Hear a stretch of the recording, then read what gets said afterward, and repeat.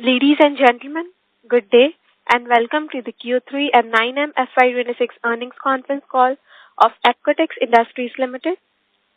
As a reminder, all participant lines will be in the listen-only mode, and there will be an opportunity for you to ask questions after the presentation concludes. Should you need assistance during the conference call, please signal an operator by pressing star then 0 on your touchtone phone. Please note that this conference is being recorded. At this time, I would like to hand the conference over to Ms. Purvangi Jain from Valorem Advisors. Thank you, and over to you, ma'am. Thank you. Good afternoon, everyone, and a warm welcome to you all. My name is Purvangi Jain from Valorem Advisors. We represent the investor relations of Apcotex Industries Limited. On behalf of the company, I would like to thank you all for participating in the company's earnings call for the third quarter and 9 months of the financial year 2026. Before we begin, a quick cautionary statement. Some of the statements made in today's Concall may be forward-looking in nature. Such forward-looking statements are subject to risk and uncertainties, which could cause actual results to differ from those anticipated. Such statements are based on management's belief as well as assumptions made by and information currently available to the management. Audiences are cautioned not to place any undue reliance on these forward-looking statements in making any investment decisions. The purpose of today's earnings conference call is purely to educate and bring awareness about the company's fundamental business and financial quarter under review. Now, I would like to introduce you to the management participating with us in today's earnings call and hand it over to them for their opening remarks. We have with us Mr. Abhiraj Choksey, Vice Chairman and Managing Director, and Mr. Vivek Thakur, Chief Financial Officer. Without any delay, I now would like to hand the call over to Mr. Vivek Thakur for his opening remarks. Thank you, and over to you, sir. Thank you, Purvangi. Good afternoon, everyone. It is a pleasure to welcome you all to the earnings conference call for the third quarter and 9 months of the financial year 2026. I hope you all had an opportunity to review the financial statements and earning presentation, which have been circulated and uploaded on our website and the stock exchange. Let me provide you with a brief overview of the financial and operational highlights for the third quarter and 9 months. Beginning with the quarter, our total volumes have grown 10% year-on-year. The operating revenue stood at INR 332 crores, which is a decline of 7% year-on-year. Despite the volumes growing 10%, the decline in revenue is because of the overall fall in raw material and consequently finished goods prices. Operating EBITDA for the quarter increased significantly to INR 44 crores. This compared to 27 crores in quarter 3 of FY25 represents a very strong year-on-year growth of 61%. This growth is driven by higher volumes, improved margins, and operational efficiency. The EBITDA margin expanded to 13.12%. Profit after tax for the quarter was 22 crores, which was up 91% year-on-year. The PAT margin stood at 6.7%. This reflects very strong profitability and operational efficiency. This quarter, we also had an exceptional item, which relates to one-time provision of 4.8 crores in accordance with the new wage code notifications. We are also pleased to inform that the company continues to remain net cash positive as of 31st December 2025. This demonstrates sustained financial discipline and a good cash generation. The board has also approved an interim dividend of INR 2 rupees 50 paisa per equity share, underscoring our commitment to shareholder returns. Update on anti-dumping duty. If you recall, during September quarter, the Director General of Trade Remedies, DGTR, had issued final findings on anti-dumping duty case. The duty notification from Finance Ministry was expected in December 25. This, however, is not yet notified. We have started implementation on all previously sanctioned projects for rupees 210 crores. Now coming to the 9 months number, the company achieved its highest ever sales volumes, up 15% year-on-year. and highest ever export volumes up 21% year-on-year, which reflects robust success in both domestic and international markets. The operating revenue stood at 1,044 crores, broadly stable year-on-year, while operating EBITDA has grown 42% year-on-year to 123 crores. The EBITDA margin for this 9-month period is 11.75%. This was supported by volume growth, better margins, and higher capacity utilization. Profit after tax for the 9 months increased by 79% year-on-year to 67 crores. Profit after tax margin is 6.39%. During this period, company reduced debt by around 94 crores, which highlights very strong cash generation and good financial discipline. The performance demonstrates the effectiveness of our strategy, which is focused on volume-led growth, margin expansion, and operational efficiency. We are also proud to share that the company has received CII award for top 100 most innovative companies. This reaffirms our commitment to innovation, technology development, and self-reliance. With this, now I open the floor for question and answer session. Thank you. Thank you very much. We will now begin the question and answer session. Anyone who wishes to ask a question may press star and 1 on their touchtone telephone. If you wish to remove yourself from the question queue, you may press star and 2. Participants are requested to use handsets while asking a question. In order to ensure that the management will be able to address questions from all the participants in the conference, kindly limit your questions to 2 per participant. Should you have a follow-up question, please rejoin the queue. Ladies and gentlemen, we will wait for a moment while the question queue assembles.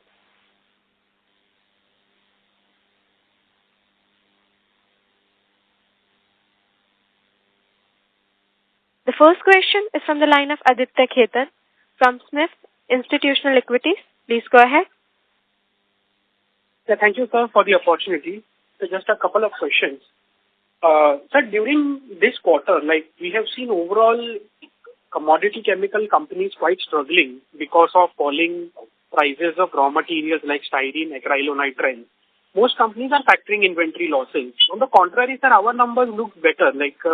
Prices although have declined, but there is a more steep decline in prices of raw materials contributing to EBITDA. Just want to know how these numbers are shaping up and what are the benefits you have taken in raw materials which has improved your EBITDA on sequential and on YY. Yeah.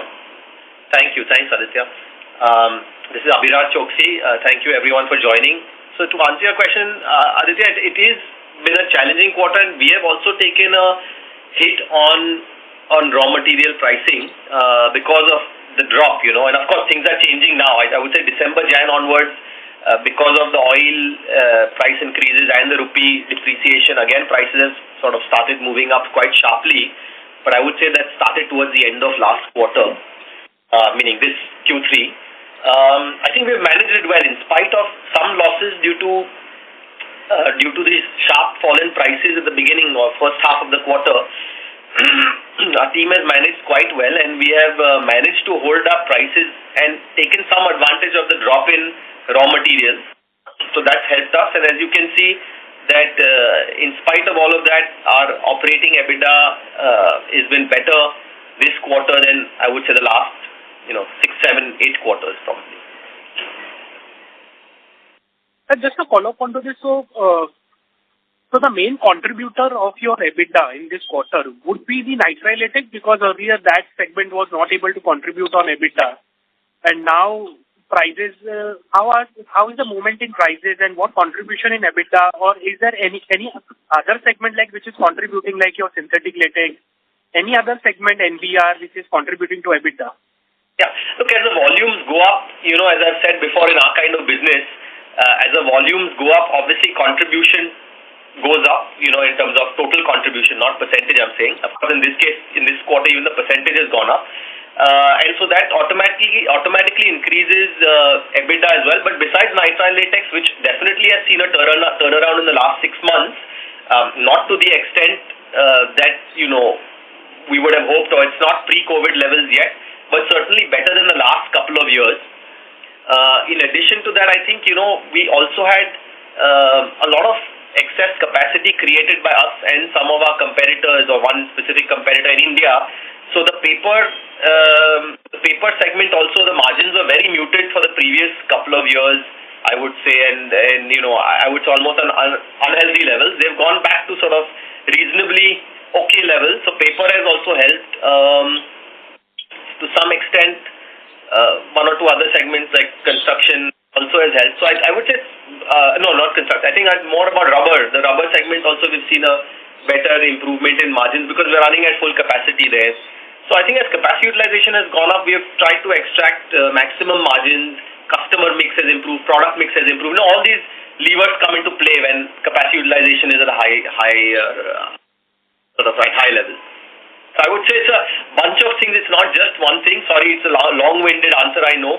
But it's been a bunch of things along with some of the cost-saving measures that we have taken. So everything is sort of coming together and, it's looking reasonably good this quarter where we have had EBITDA margins of about 13%.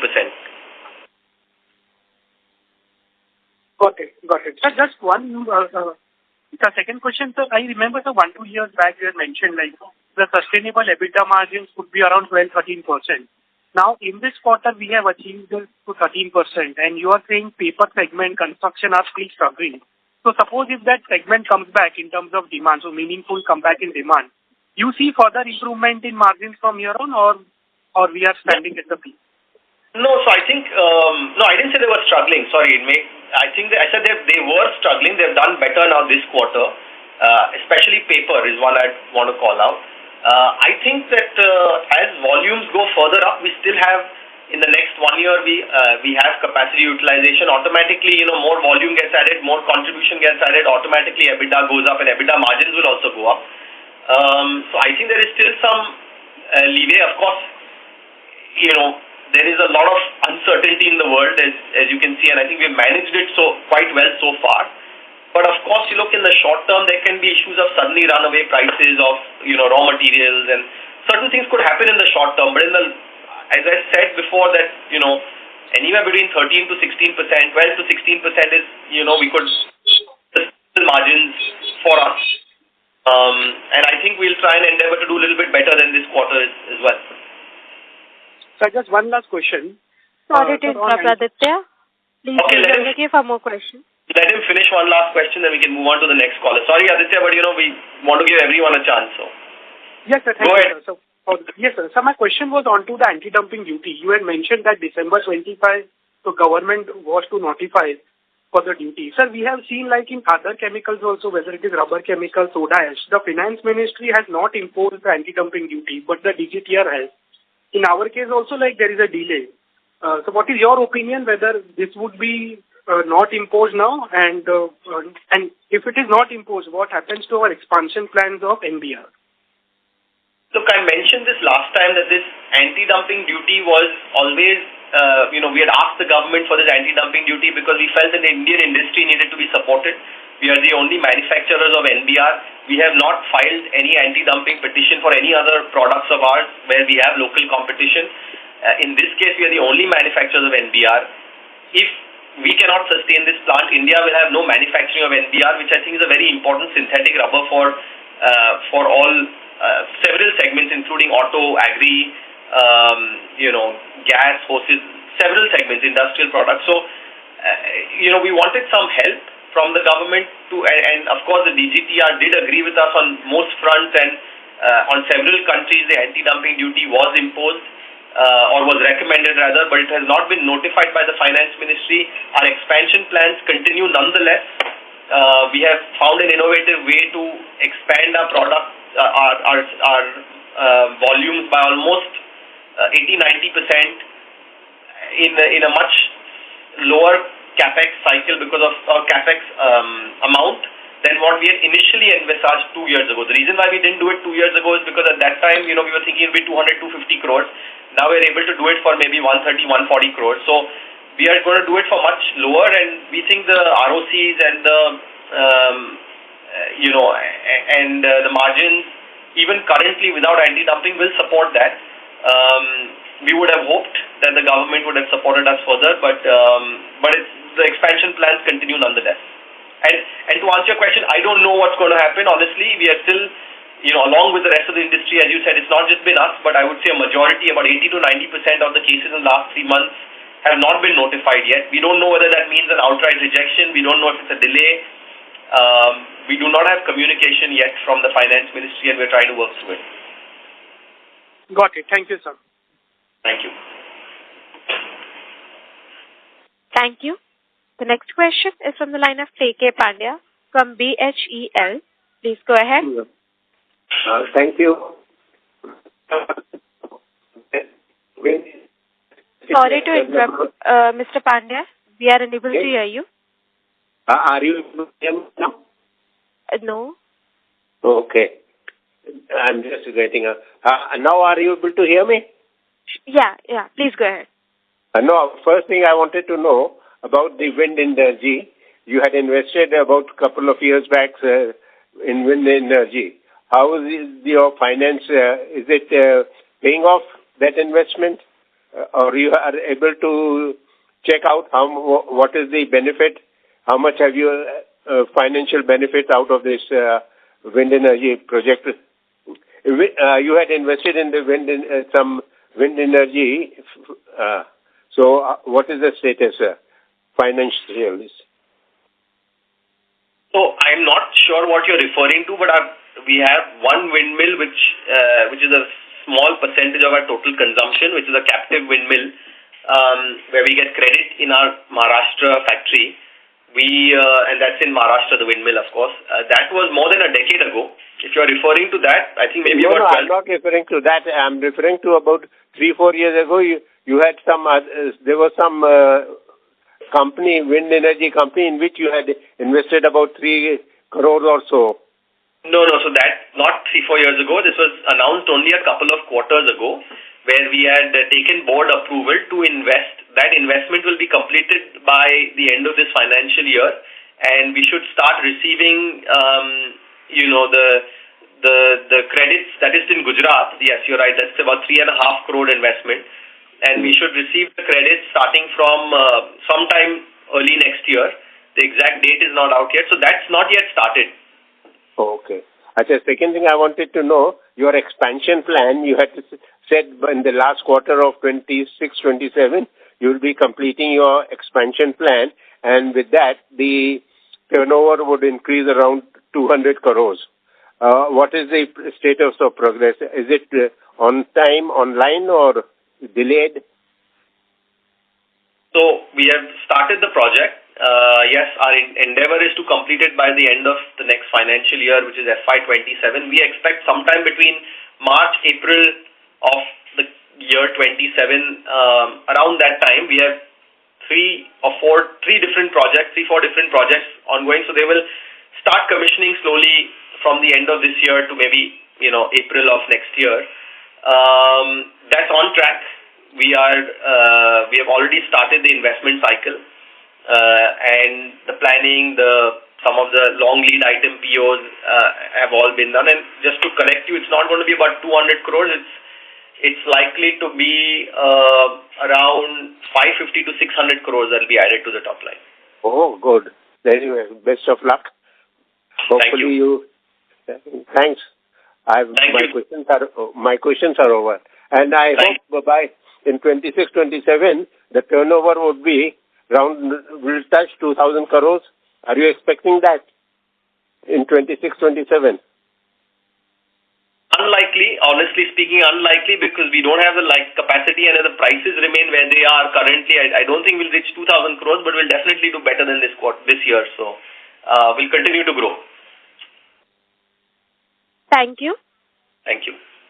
Before we take the next question, a reminder to all, if you wish to ask a question, please press star and 1. The next question is from the line of Karan Sharma from Credent. Please go ahead. Hi, Abhiraj, am I audible? Yes, you are audible. Can you please speak a little louder? Yeah, my question, Abhiraj, there was in the last call last year. Sorry, Karan, can you please speak a little louder? We are unable to hear you properly. Sorry, I just... Can you use a headset mode, please? Yeah, please go ahead.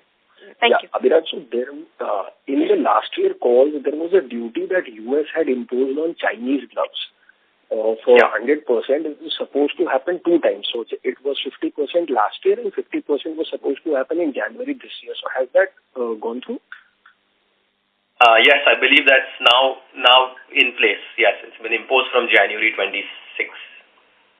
Okay, so what's our utilization in our nitrile latex plant right now? I would say for the YTD, we are at about 70-75%, around that much. And the imposition of Chinese duty has definitely helped some of our customers in Southeast Asia and South Asia, and therefore we can see that our utilization rates have also gone up. We've continued to do that, and I think by next year we'll be at sort of full utilization. We'll be at full utilization run rate at some point next year. Yeah. Okay, so our clients are primarily the Malaysians, or have we added any other new client as well from any other? No, all over Southeast Asia. I would say Malaysia, Thailand, Indonesia, Vietnam, Sri Lanka, India. India also has now quite a few glove manufacturers that have increased their capacities and are doing reasonably well. So all over Southeast Asia and South Asia. Bangladesh as well has 1 or 2 players. So that's great. We're also exporting to Turkey. So I would say 6 or 7 countries mainly. Okay, great to hear. So my next question was that post this new expansion at Valia, would we be left with spare land for further expansion, or if in future we might have to then go for a new greenfield with land? I think we will have some more land depending on what we want to expand in. We will have some spare land. Okay. I have one other question. Can I ask that one as well? Sure, go ahead. Yeah, so I was reading on a product called super absorbent polymers, which is found in powder form, used in basically female hygiene products. In our emulsion polymer chemistry, does that product fit in, or this is something totally different from what we do? I think it's completely different from what we do. I know it's been a product that's been of interest to many people, but yeah, it's different from what we do. Okay, and means in future, can we go into this product if the size is... We have not evaluated in detail, but technology-wise, it's quite far from what we do. So, but now that you mentioned it, I'll look into it again. Okay, so not in our chemistry probably yet right now. Okay. Yeah. Oh, thank you. Thank you very much. Thank you. Ladies and gentlemen, a reminder to all, if you wish to ask a question, please press star and 1. The next question is from the line of Chandpal Singh, an individual investor. Please go ahead. Hello, am I audible? Yes. Yes.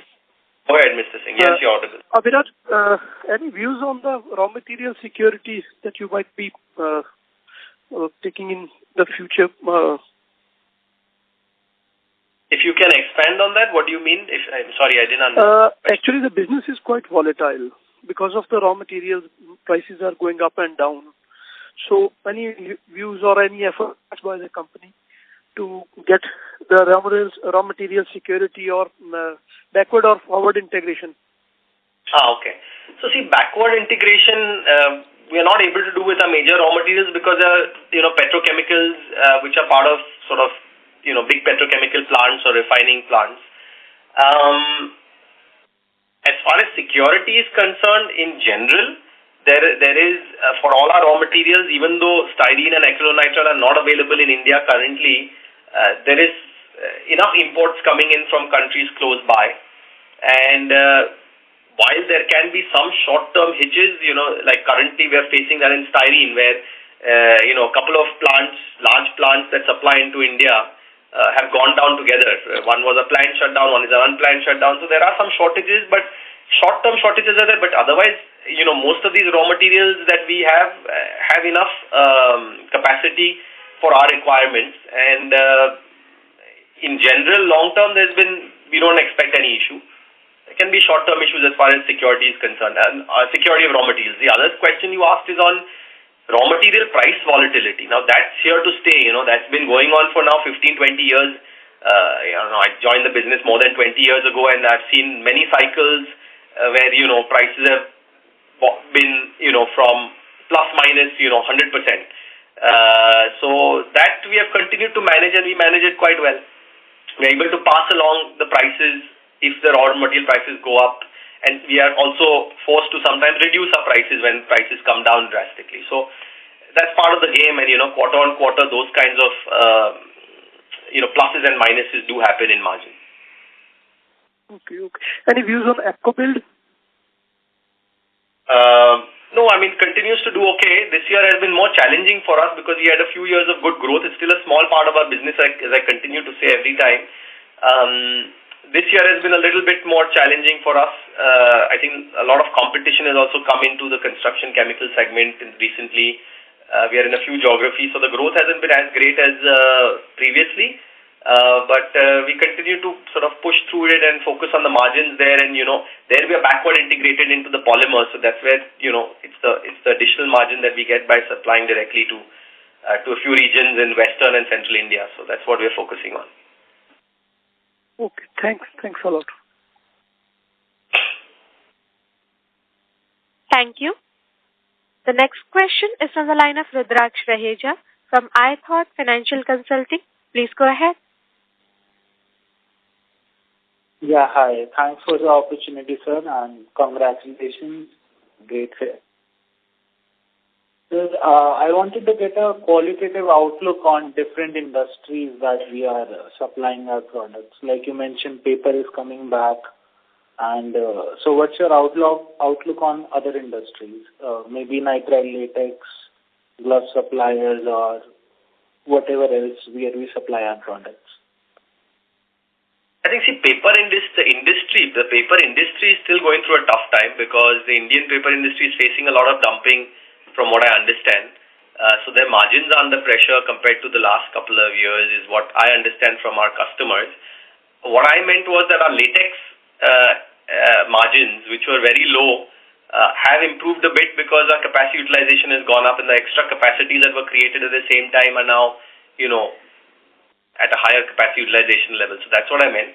Rest, construction continues to boom in India for us. Carpet and textiles has been one industry that's actually been a degrowth for us. I should have mentioned that earlier. So it's a good question. Carpet, textiles, and tire, all three industries, we have seen a slight degrowth in volumes in this last quarter. And I think even for the 9-month period, it's flat, mainly because of these tariffs from the US. So a lot of the carpet manufacturers, not only in India, but in the Middle East, have also been affected by these US tariffs and the uncertainty around them. Similarly with textiles and tires, we see the same thing. But then gloves continues to do well for us. The US imposing the duty on Chinese gloves has helped some of our customers in Southeast Asia and South Asia. So that's been a good for us. Overall, the glove industry continues to grow. Obviously, it's a essential medical product. So I think that will continue to grow at 7-8% year on year, especially for nitrile gloves. At least 7-8%, if not 10-12%. I hope that gives you a flavor of the different industries. Definitely. And do you see the demand-supply situation getting better in nitrile latex? I think, look, there is still globally an overcapacity. China especially has created a lot of overcapacity. So we could see some Chinese latex now come out and, come into East Asia, which was not Southeast Asia, which was not happening earlier. Even so far, we have not seen that much, but it could happen.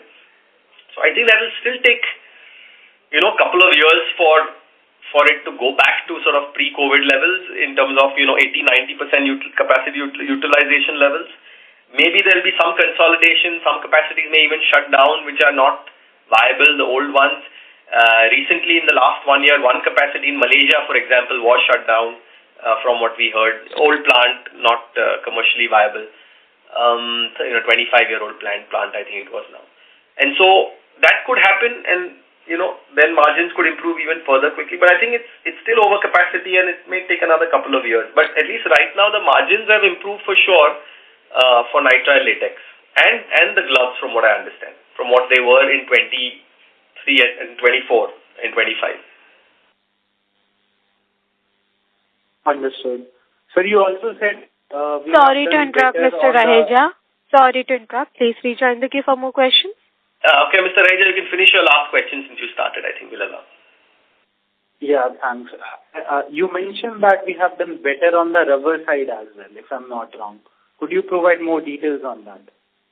I think, look, after sort of the pandemic, we had a couple of good years, and then the margins were again depressed.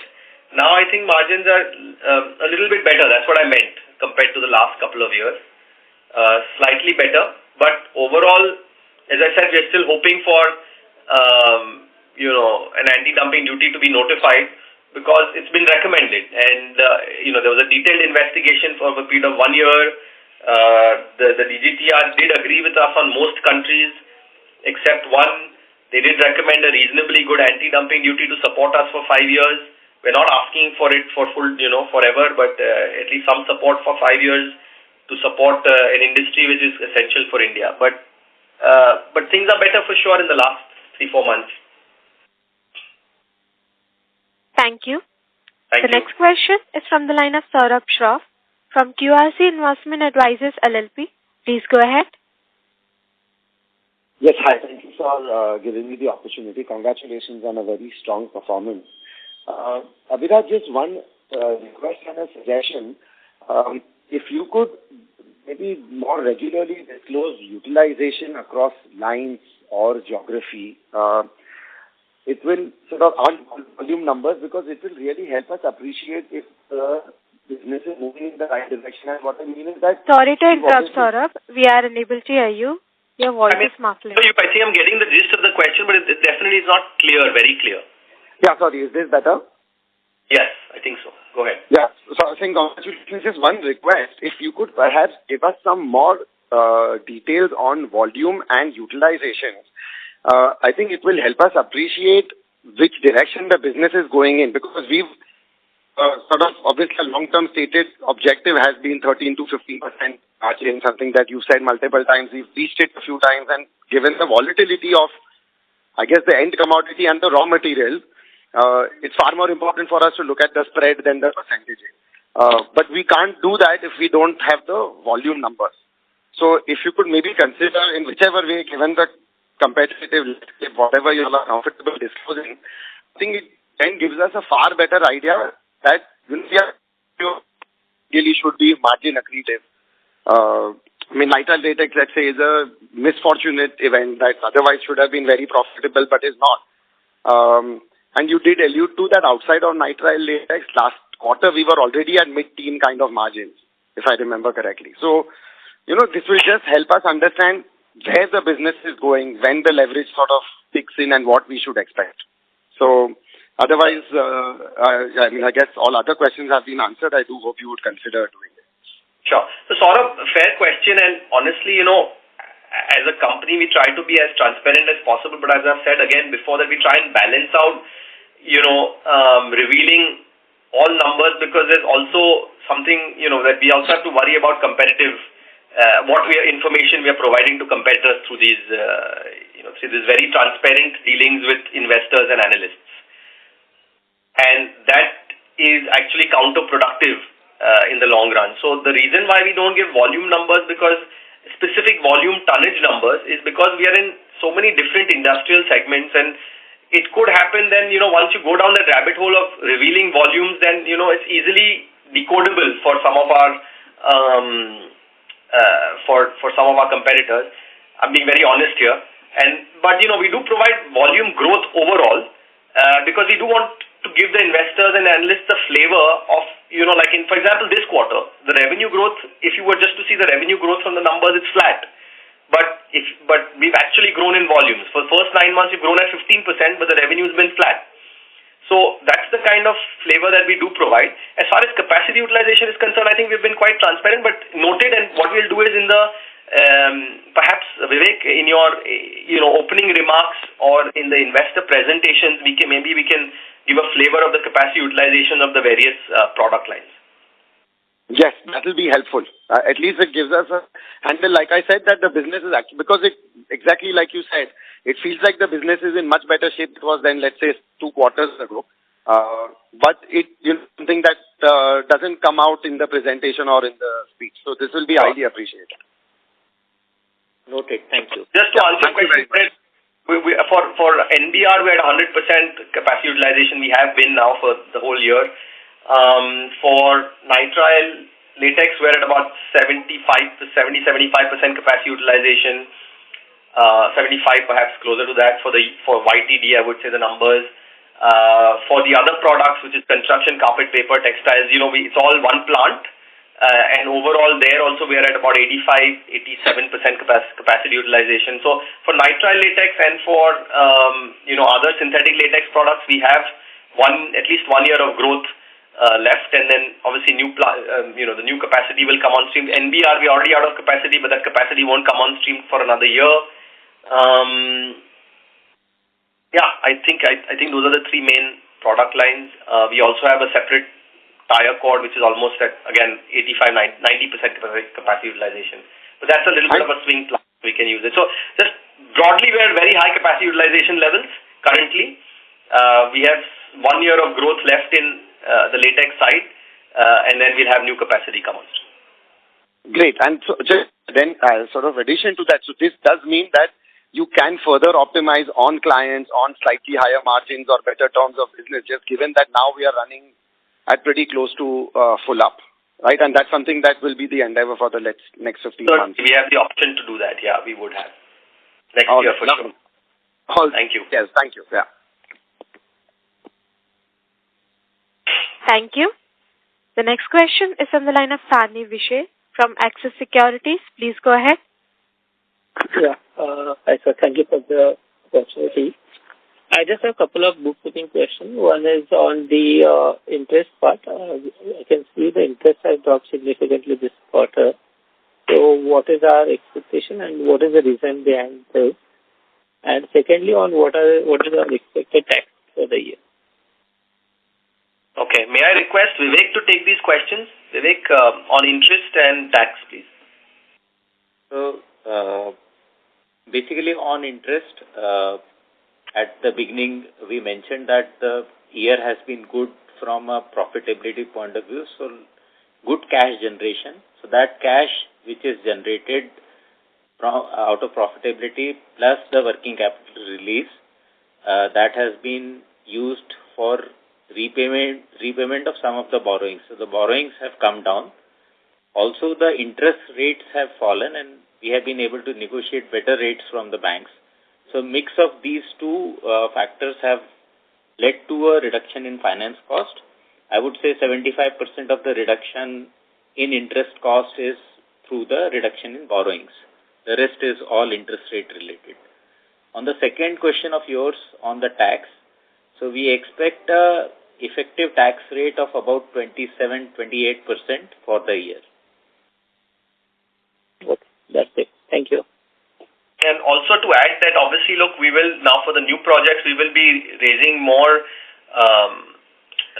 sort of long-term debt for this project. Partly it will be through internal accruals, but we will be raising some debt. So now interest cost may go up also in the next next year. Yeah, of course. But that will move with the debt levels, right? So in terms of the effective interest rate also, I think this should be a comfortable level. Right. And just to add to Vivek, we are also, net debt free. So we have, in fact, reasonable amount of excess cash right now in the books, which we will be deploying for these new CapEx projects, of course. Okay. And the working capital may increase towards the end of the year, right? Or does it tend to be similar?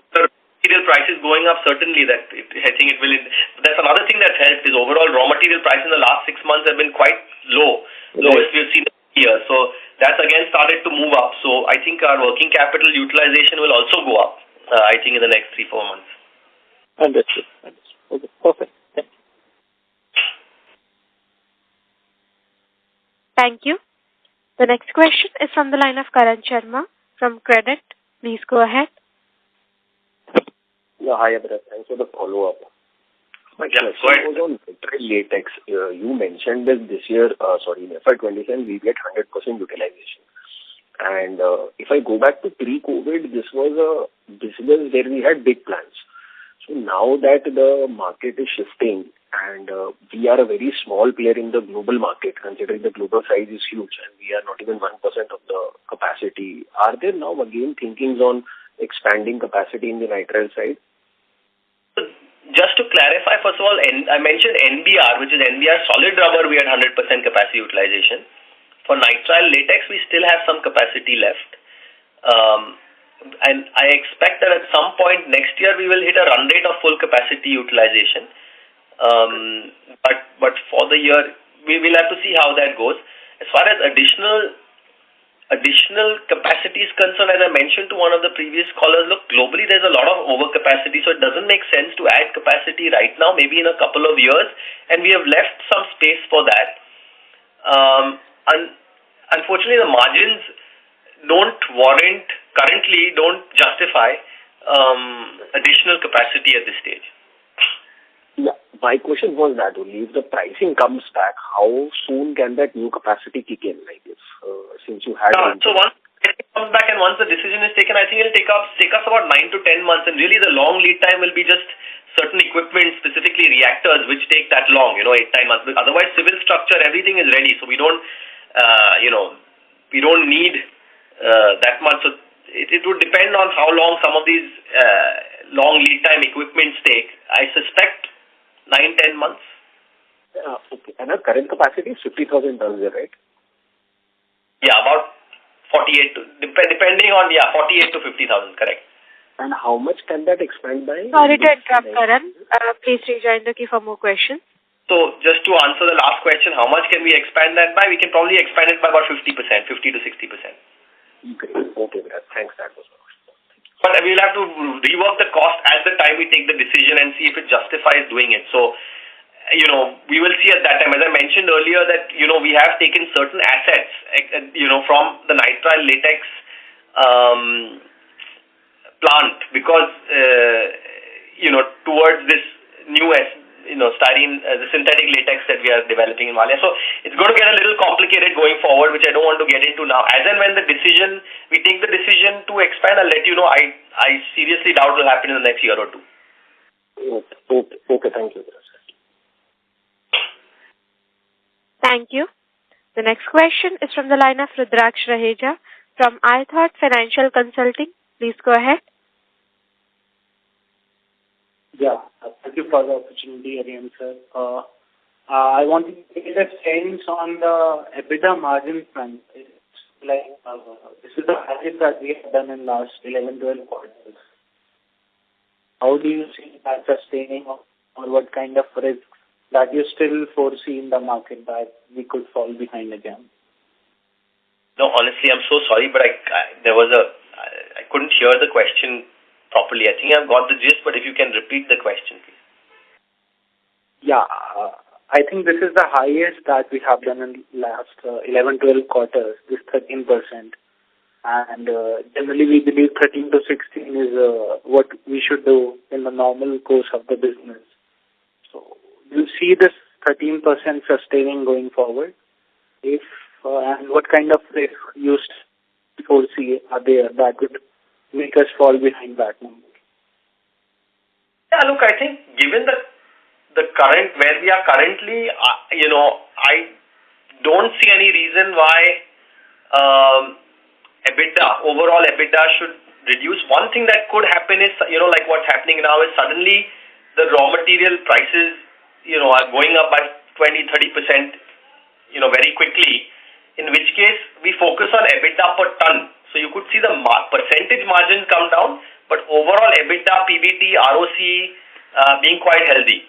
So we look as a company, we don't only look at EBITDA percentage margins, we look at EBITDA per ton, and ROC is very important for us. So as long as ROC is healthy, sometimes we are okay with EBITDA percentage margins falling.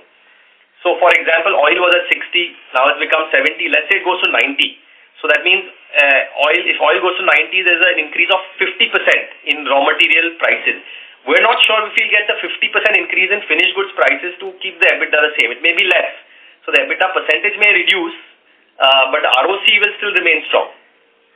But overall, we're quite positive of the release in the next year and a half, till new capacity comes on stream and we have limited capacity, we're able to take the advantage of, picking and choosing the right customers with higher margins, with good payment terms and payment performance. So I think I don't see any reason. Of course, other risks could be, again, certain, if the anti-dumping doesn't come through and suddenly, there could be some dumping of rubber products. For latex, it's a little harder, but for rubber products, that could happen. So there are, of course, inherent risks.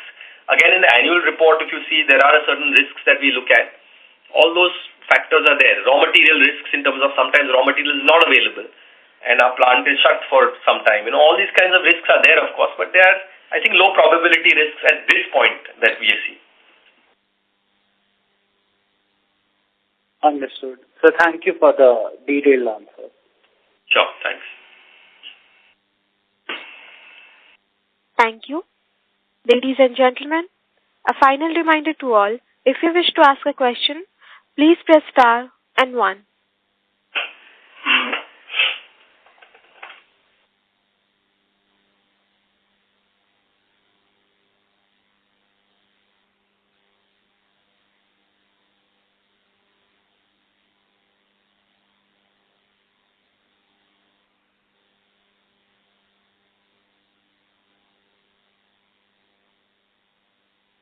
So I think we're almost done with an hour. So if there are no further questions, Yes, sir. Yeah. Is there anyone in the question queue now? Yes, sir. We got one question from Aditya Khetan from Smith's Institutional Equities. Please go ahead. Yeah, thank you, sir, for the follow-up. The question is on to the per ton per kg, like you mentioned to earlier participants. If, sir, you can give some flavor, like how has that been fared over the last 3 to 4 years? And are we nearing that range of 15 rupees, like I think we have said some quite a few years back? How are we standing in terms of per kg today? So honestly, I am not able to give you the exact number. And I certainly don't have numbers from the last 3-4 years in front of me. But overall, as I said, it's gone to reasonably healthy levels, perhaps not as high as what we had in FY22-23, but reasonably healthy levels. And with the volumes going up, I think we're quite comfortable with these margins. And of course, our endeavor will be to improve these further. Got it. Sir, just one question on ApcoBuild. Sir, how serious are we to build this business? Because we have seen no material contribution to top line. Do you think to work on such a smaller business which has no meaningful scale for us, should we focus our energies towards this sort of business or focus on the core businesses like your latexes and all? Yeah, as I've told you before, our strategy for the ApcoBuild business has been a little different. It is actually quite related to the core business. I would not say that it's very far from the core business. We are, focusing on mostly products that we are manufacturing and is where we have technical expertise. We do have some outsourced products as well in our product range. But really the focus has been to capture the additional margins that anyway we're supplying to some of the customers that have a brand. So the endeavor has been to capture that additional margin, and while we may not see it on the top line as being significant, but it's a reasonably healthy bottom line, and it's still a small percentage of the bottom line as well. But we're capturing that additional contribution at a lower cost. So I think we will continue the business. Whether we choose to invest large amounts and become a large player in that I agree that is something that's not our focus, or chosen not to focus on it right now. But we'll continue to manage and grow this business. Got it. Sir, just one last question. Sir, is there any plans to like forward integrate to make gloves also, because we are into latex and directly we should manufacture gloves and export it to the global markets. Any sort of an understanding on this? So we had considered it earlier. We said first let's focus on manufacturing latex and get that right. And as I mentioned earlier also, given the current entire glove industry and the glove supply chain, including latex, there is so much additional capacity. At this stage, it doesn't make sense to add more capacity. Oh, both in latex and gloves. Maybe at a future date if it makes sense, yeah. Got it, sir. Thank you. Thank you. Ladies and gentlemen, we'll take this as a last question for today. I now hand the conference over to the management for closing remarks. Thank you everyone for joining us in this Q3 conference call. We look forward to seeing you at the end of the financial year. Happy New Year to everyone, and thank you again. Thank you once again for joining us. Thank you very much. On behalf of Apcotex Industries Limited, that concludes this conference. Thank you all for joining us today, and you may now disconnect your lines.